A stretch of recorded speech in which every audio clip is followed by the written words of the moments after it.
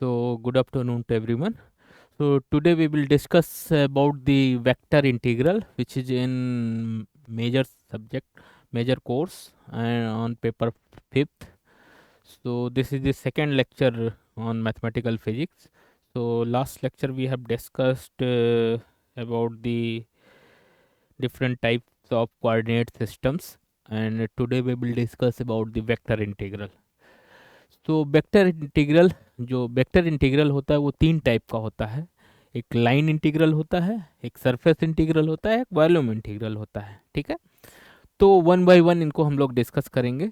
तो चलिए पहले लाइन इंटीग्रल को डिस्कस करते हैं। तो what is line integral? Line integral,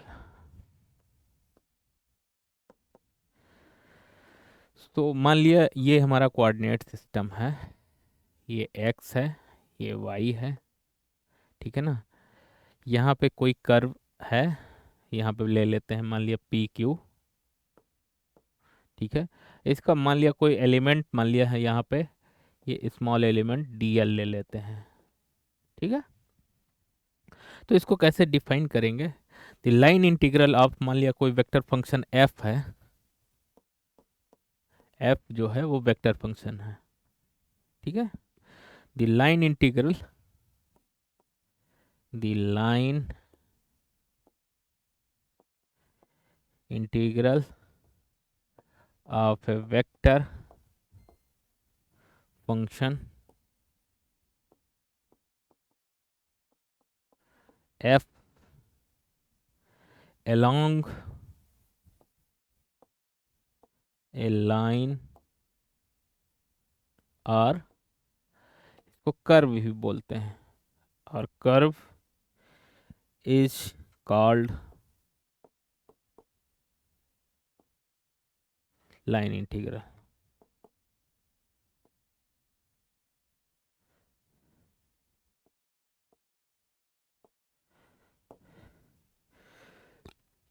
इसको मैथमेटिकली हम लोग कैसे समझेंगे वो हम लोग देखते हैं। Suppose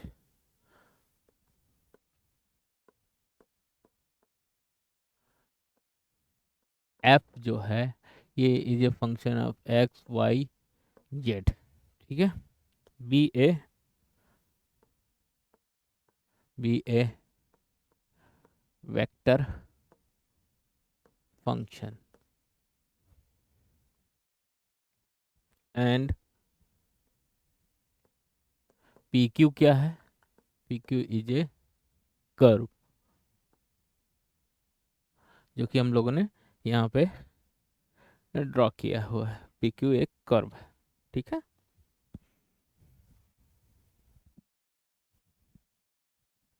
curve and D and D क्या है? ये small length of the curve is a small length of the curve. ठीक है, देन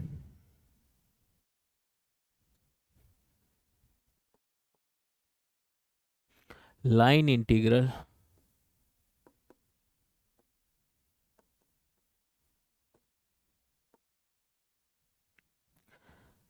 ऑफ ए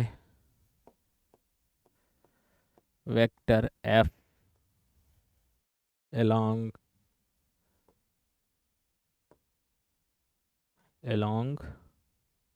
किसके along the curve, along the length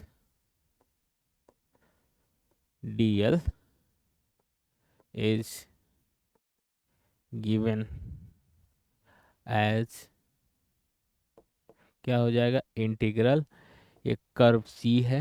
ठीक है, मान लिया कर्व सी है, जिसको हम लोग पी या पी क्यू बोल देते हैं, एफ डॉट डी एल। तो लाइन इंटीग्रल को हम लोग ऐसे लिख सकते हैं। तो ये क्या हो गया हमारा? गिवन एज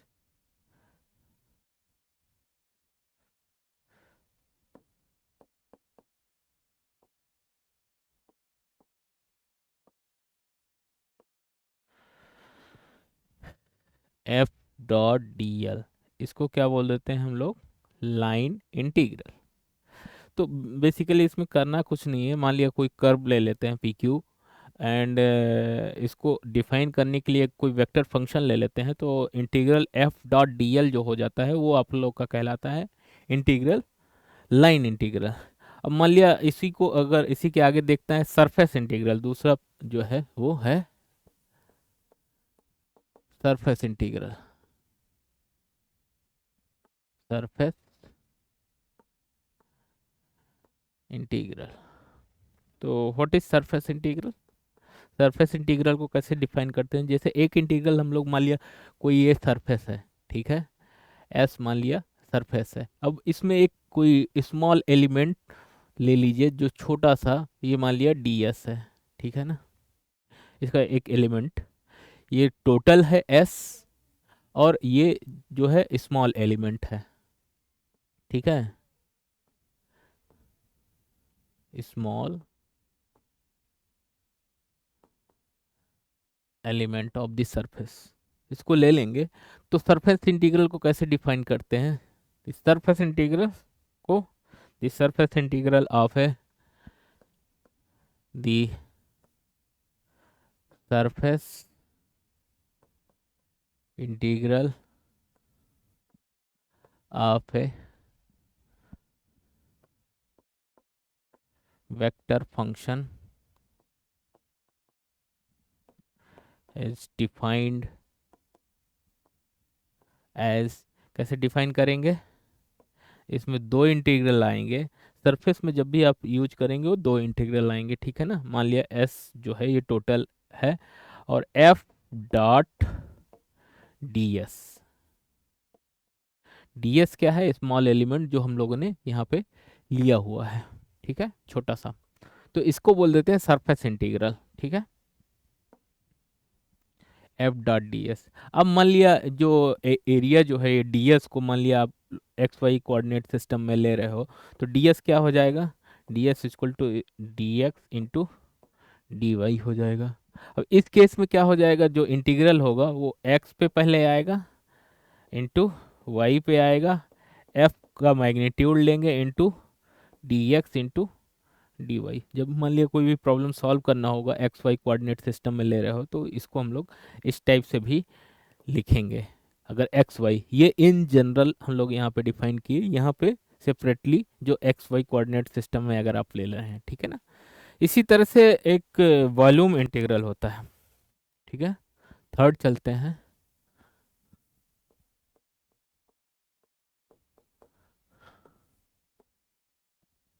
वॉल्यूम इंटीग्रल, ठीक है। अब मान लिया कोई एक कैपिटल वॉल्यूम है बड़ा सा, ठीक है, कोई क्यूब ले लीजिए,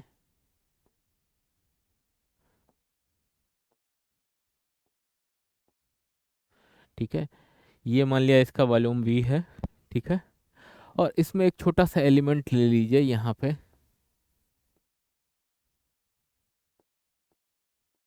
इसका वॉल्यूम क्या है, डीवी है, ठीक है। तो जस्ट इसको इंटीग्रेट कर दीजिए आप टोटल, तो क्या हो जाएगा, वो वी निकल आएगा, छोटे छोटे एलिमेंट्स में इसको तोड़ के आप लोग निकाल सकते हो। So if DV is a small volume element, then vector function, vector function हम लोगों ने क्या लिया है, एफ लिया हुआ है, ठीक है ना, vector function of a volume integral is defined as, कैसे डिफाइन करेंगे, इसमें तीन इंटीग्रल आ जाएंगे, देखो जैसे लाइन में क्या होता है, एक इंटीग्रल होता है, और सरफेस में दो इंटीग्रल आते हैं, वॉल्यूम में तीन इंटीग्रल आएंगे, ठीक है ना। तो एफ डॉट डी वी, ठीक है, तो इसको स्मॉल वॉल्यूम एलिमेंट को तोड़ देंगे। अब मान लिया आपकी एक्सिस एक्स वाई जेड है, एफ जो है वो F is a function of क्या है, एक्स वाई जेड है। तो यहाँ पे डी वी क्या हो जाएगा, D X D Y and D Z हो जाएगा। इस केस में वॉल्यूम इंटीग्रल को कैसे डिफाइन करोगे, जब ये आप लोग को न्यूमेरिकल प्रॉब्लम जब भी सॉल्व करेंगे ना तो उसमें काम आएगा, ठीक है।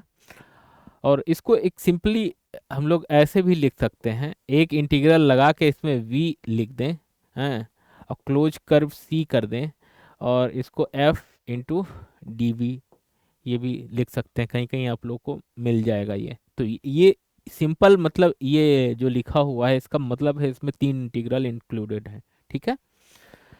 तो ये हम लोगों ने आज देख लिया ये। तो इस केस में जो हमारा ये आएगा इंटीग्रल एक्स वाई जेड में रहेगा F into D X D Y into D Z, ठीक है। तो ये बेसिकली न्यूमेरिकल प्रॉब्लम के लिए है, जो आप लोग याद रखिएगा इसको। अब चलते हैं हम लोग, इसमें ये तीनों इंटीग्रल हो गए, अब हम लोग गॉस डाइवर्जेंस थ्योरम पढ़ेंगे। What is Gauss divergence theorem, Gauss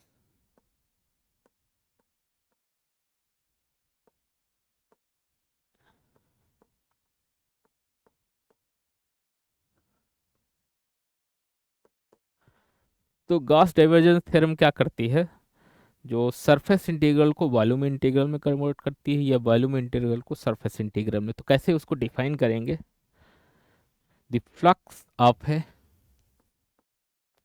the flux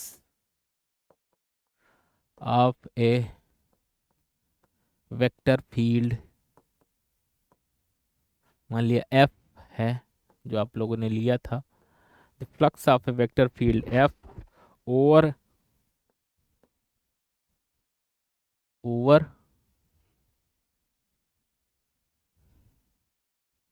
any closed close और any close surface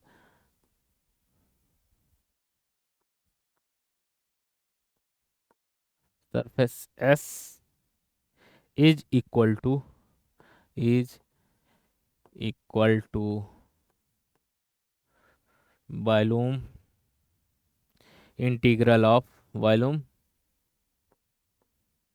integral of divergence of vector field F over over the volume V. इसको मैथमेटिकली कैसे define करेंगे, जो हम लोगों ने language लिखा है मैथमेटिकली कैसे लिखेंगे इसको, तो integral F dot D S equal to integral a close surface S over the volume V divergence of F into D V. तो मैंने यहाँ पे लिखा हुआ द फ्लक्स, तो F dot D S actually एक तरीके का फ्लक्स, अगर force multiplied by surface area अगर कर देंगे तो वो फ्लक्स आपको मिल जाता है, ठीक है। तो flux of a vector field F, ठीक है ना, फ्लक्स मतलब एफ डॉट डी एस जो हो गया फ्लक्स हो गया, और इसको अगर इंटीग्रेट कर दोगे क्लोज लूप में तो ये टोटल फ्लक्स आ जाएगा। तो flux of a vector field F over any close surface, तो ये जो राउंड बनाया है इसका मतलब क्लोज सरफेस, ठीक है ना, एस इज इक्वल टू, यहाँ पे क्या किया मैंने वॉल्यूम इंटीग्रल, यहाँ पे मैंने सिंगल यूज किया है, आप लोग यहाँ पे 3 भी यूज कर सकते हो, तो वो डिपेंड करता है इंटरव्यूअर पे या आप लोग के पेपर सेटर पे कि किस टाइप से पूछा गया है। तो volume integral of divergence of vector field F, ठीक है ना, तो वॉल्यूम इंटीग्रल लेंगे फिर उसका डाइवर्जेंस, डाइवर्जेंस के केस में डॉट प्रोडक्ट आ जाता है, ठीक है ना, ये हमारा डेल ऑपरेटर है, ठीक है ना, इसको क्या बोलते हैं, डेल ऑपरेटर। ठीक है। तो डाइवर्जेंस डेल डॉट एफ हो गया इंटू डीवी हो गया, ठीक है ना। तो ये क्या करता है, सरफेस इंटीग्रल को वॉल्यूम इंटीग्रल में कन्वर्ट कर देता है। गॉस डाइवर्जेंस थ्योरम का मेन एम ये है। या इसको वाइस वर्सा भी इसका ट्रू है, या वॉल्यूम इंटीग्रल को सरफेस इंटीग्रल में कन्वर्ट कर सकता है, ठीक है ना। तो दोनों इस केस में ट्रू हैं। अब चलते हैं स्टोक्स थ्योरम देखते हैं। दूसरा थ्योरम है स्टोक्स।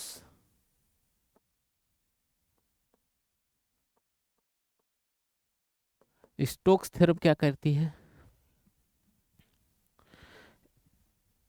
इसको हम लोग लैंग्वेज फॉर्म में पहले लिखेंगे। The flux of the curl, the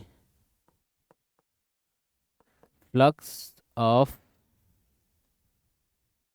the curl, the curl of a vector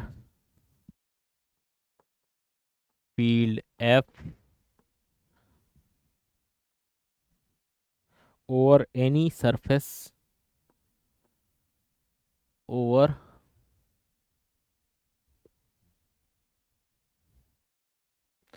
any surface S is equal to,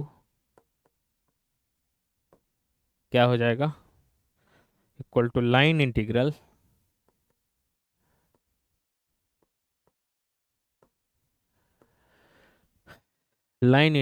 of the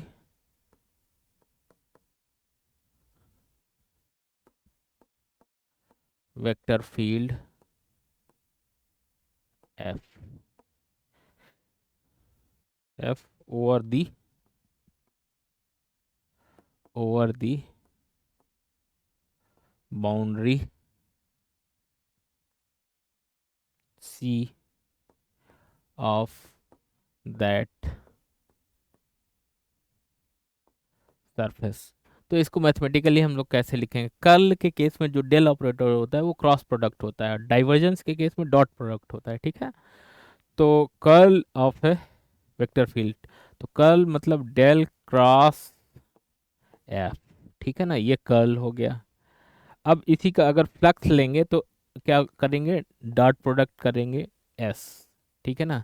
तो ये क्या हो गया, एक तरीके का flux of A curl, curl मतलब ये क्रॉस प्रोडक्ट, ठीक है ना। तो डेल ऑपरेटर के साथ वेक्टर फंक्शन का क्रॉस प्रोडक्ट हो गया, इज इक्वल टू क्या हो जाएगा, ये हमारा लाइन इंटीग्रल क्या है, मान लिया क्लोज कर्व सी है, ठीक है। तो ए एफ डॉट डीएल, ठीक है। तो हमारा स्टोक्स थ्योरम क्या करता है, हमारा जो सरफेस इंटीग्रल है वो लाइन इंटीग्रल में कन्वर्ट करता है। जो सरफेस इंटीग्रल होगा वो लाइन इंटीग्रल में, या लाइन इंटीग्रल को सरफेस इंटीग्रल में अगर कन्वर्ट करना है तो स्टोक्स थ्योरम यूज कर लेंगे। अगर हम लोग को सरफेस टू वॉल्यूम जाना है या वॉल्यूम टू सरफेस जाना है तो गॉस डाइवर्जेंस थ्योरम यूज करेंगे। अगर सरफेस टू लाइन इंटीग्रल में जाना है या लाइन इंटीग्रल टू सरफेस में जाना है तो हम लोग स्टोक्स थ्योरम यूज करेंगे, ठीक है। तो ये इसका मतलब ये हुआ। थर्ड जो है वो ग्रीन थ्योरम है।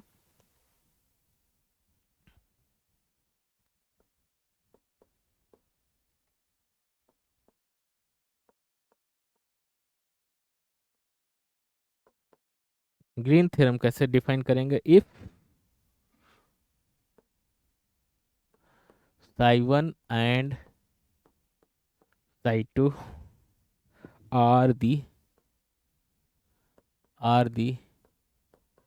स्केलर, यहाँ पे देखो हम लोग यूज कर रहे हैं स्केलर फंक्शन, और इन दोनों में हम लोगों ने क्या किया है, वेक्टर फंक्शन यूज किया है, ठीक है ना।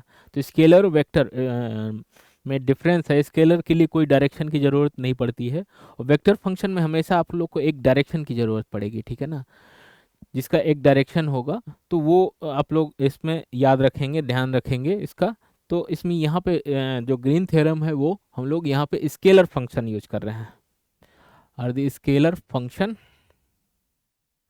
Scalar point function, point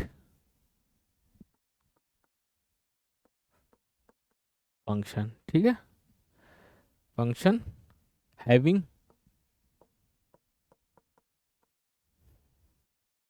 continuous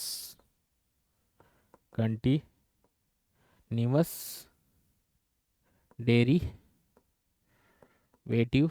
at least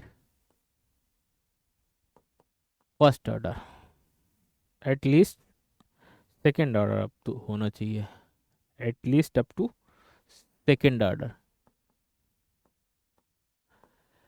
ये आप लोग पढ़े होंगे कि कंटिन्यूअस की क्या प्रॉपर्टी होगी, आप लोग लास्ट सेमेस्टर में पढ़े होंगे ऑलरेडी कि कोई भी फंक्शन है वो पॉइंट फंक्शन होगा, कंटिन्यूअस होगा, उसका क्या मतलब है, उसकी प्रॉपर्टी, ये सब डिस्कस पुराने लेक्चर्स पे हम लोग कर चुके हैं या पुराने सेमेस्टर में, ठीक है ना, लास्ट सेमेस्टर में। तो वो वही मैंने लिखा हुआ है यहाँ पे, at least second order, then Green function, Green theorem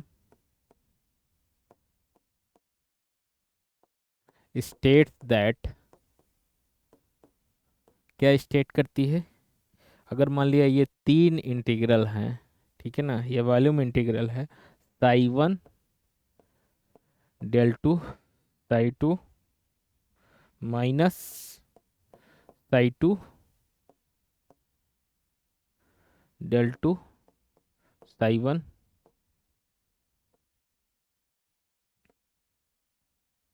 into D v equal to क्या हो जाएगा, surface integral psi one grad psi two minus psi two grad psi one into d s. तो ये क्या कर रहा है, वॉल्यूम टू सरफेस ये भी कन्वर्ट कर रहा है, लेकिन यहाँ पे क्या है, जैसे गॉस डाइवर्जेंस थ्योरम भी यही काम करता है, सरफेस टू वॉल्यूम या वॉल्यूम टू सरफेस करता है, बट यहाँ पे क्या है, आप लोग का जो डेल ऑपरेटर है वो सेकेंड ऑर्डर है, ठीक है ना, वहाँ पे क्या है, वहाँ पे फर्स्ट ऑर्डर तक है, ठीक है। यहाँ पे अगर मान लिया कोई सेकेंड ऑर्डर डेरिवेटिव है तो उसको कन्वर्ट करना है हम लोग को, तो हम लोग ग्रीन फंक्शन यूज करेंगे, ग्रीन थ्योरम यूज करेंगे, ठीक है ना। तो यहाँ पे मान लिया ये psi one del two psi two minus psi two del two psi one into D v है, ठीक है ना। तो इसको क्या करना करेगा, ये यहाँ पे वॉल्यूम है, यहाँ पे सरफेस है, ठीक है ना। तो साई वन ग्रेडियंट को हम लोग कोई डॉट प्रोडक्ट नहीं रहता है, ग्रेड ये साई, तो इसके बीच में कोई डॉट प्रोडक्ट नहीं है, तो इसका मतलब ये ग्रेडियंट है, ठीक है ना। अगर डॉट प्रोडक्ट लगा दिए तो यहाँ पे क्या है, ये हो जाएगा डाइवर्जेंस।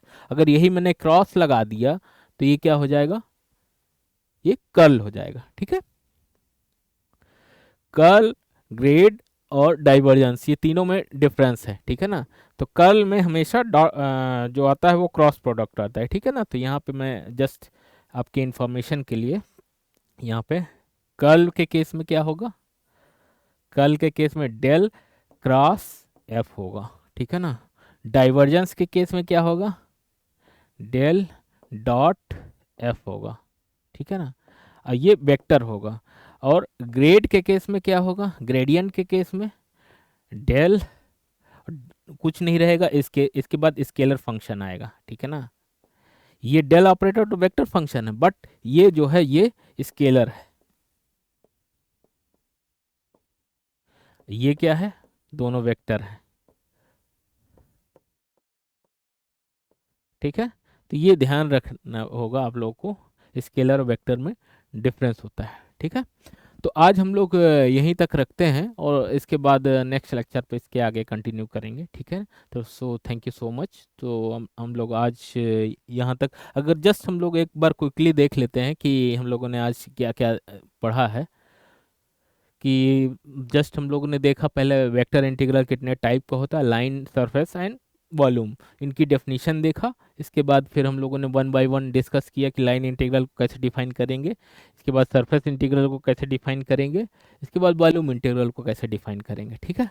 इसके बाद हम लोगों ने गॉस डाइवर्जेंस थ्योरम पढ़ा, जो कि सरफेस टू वॉल्यूम कन्वर्ट करती है, और या वॉल्यूम टू सरफेस, ठीक है ना। यहाँ पे फर्स्ट ऑर्डर है, वहाँ पे क्या था हमारा ग्रीन थ्योरम में सेकेंड ऑर्डर डेरिवेटिव तक है, ठीक है। और इसके बाद स्टोक्स थ्योरम पढ़ा। स्टोक्स थ्योरम क्या करता है, surface to line integral convert करता है, ठीक है ना। तो इस यहाँ पे कर्ल इन्वॉल्व है, डेल क्रॉस एफ, ये थोड़ा सा याद रखने की ज़रूरत है। और इसके बाद हम लोगों ने ग्रीन थ्योरम पढ़ा। मान लिया टू दो psi one and Sai to दो स्केलर फंक्शन है, तो उनको कैसे हम लोग रिप्रेजेंट कर सकते हैं। सो ये आज हम लोगों ने तीन तीन और तीन छः चीज़ें पढ़ा, लाइन इंटीग्रल, सरफेस, वॉल्यूम, और इसके बाद तीन थ्योरम्स पढ़ा, ठीक है ना। सो आज हम लोग यहीं पे समाप्त करते हैं। Thank you so much. Next lecture पे फिर मिलते हैं।